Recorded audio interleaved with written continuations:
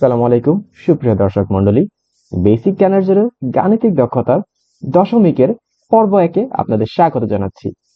আমরা এ পর্বে একটি ভগ্নাংশের ক্ষুদ্রতম বৃহত্তম সংখ্যা নির্ণয়ের পদ্ধতি দেখে থাকব।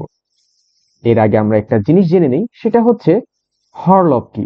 একটা ভগ্নাংশের উপরের পার্টটুক হচ্ছে লব এবং নিচের পার্টটুক হচ্ছে হর। এখন যদি আমরা পদ্ধতিটা দেখি, যতগুলো সংখ্যা দেওয়া থাকবে সেটা 2 হতে পারে, 2 বা ততোধিক। তার প্রতিটি লবের সাথে প্রতিটির হর গুণ হবে। এরপর যার লব বড় সেই সংখ্যাটি বড়। আমরা যদি একটা উদাহরণ দেখি বা প্রশ্ন দেখি, সেক্ষেত্রে হচ্ছে প্রশ্ন দেওয়া আছে 3/4 এবং 11/15 এর মধ্যে কোনটি বড়। তো আমরা কি বলেছি, পাশাপাশি দুটো সংখ্যা লাগবে, 3/4 এবং হচ্ছে 11/15। আমরা যদি রাফি লিখে থাকি, এখন প্রথমটির লব এবং পরটির হর গুণ করতে হবে 3×5=15 এবং পরবর্তী সংখ্যা যদি আমরা দেখি 11×4, তার মানে হচ্ছে 4×11=44।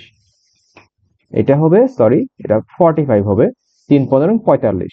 সেক্ষেত্রে আমরা কি দেখতে পাচ্ছি, 45 44-এর চেয়ে বড়। সুতরাং 45 কার থেকে বেরিয়েছে, 3/4 থেকে 45 বেরিয়েছে। সুতরাং 3/4 এবং 11/15 মধ্যে কোনটি বড়? উত্তর হচ্ছে 3/4। আমরা যদি আরো একটু বড় উদাহরণের মাধ্যমে দেখি, প্রশ্ন দেওয়া আছে 3/4, 4/5, 6/7 এবং 7/8 এর মধ্যে কোনটি ছোট। তাহলে আমরা প্রথমে দুটি সংখ্যা থেকে শুরু করব। দেওয়া আছে কি 3/4, 4/5। আমরা প্রথমটি লব এবং পরেরটি হর, 3×5=15, 15, 4×4=16। আমরা কি দেখতে পাচ্ছি, প্রথমে বেরিয়েছে 15, এরপরে 16, অর্থাৎ যেহেতু আমরা ছোট সংখ্যা বের করছি, তাই 15 হচ্ছে প্রথমটার উত্তর। তার মানে 4/5 আমাদের আর দরকার নেই।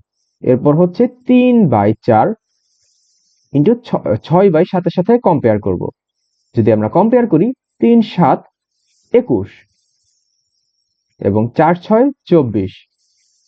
এখানেও আমরা দেখতে পাচ্ছি এখানেও আমরা দেখতে পাচ্ছি 3/4 হচ্ছে ছোট সংখ্যা, তার মানে 6/7ও আমাদের আর দরকার নেই। আমরা যদি পরবর্তী সংখ্যা অর্থাৎ শেষটা দেখি, 3/4, 7/8। আমরা আড়াআড়ি গুণ করব, 3×8=24, 24, 4×7=28, 28। এখানেও আমরা দেখতে পাচ্ছি 3/4 এর জন্য যে মানটা বেরিয়েছে সেটি ছোট, অর্থাৎ 3/4, 4/5, 6/7, 7/8 এর মধ্যে কোনটি ছোট? 3/4 হচ্ছে উত্তর। যেহেতু এটিও চলে গিয়েছে, আমাদের আর গ্রহণযোগ্য হবে না। উত্তর 3/4। ধন্যবাদ আমাদের সাথে থাকার জন্য। আসসালামু আলাইকুম।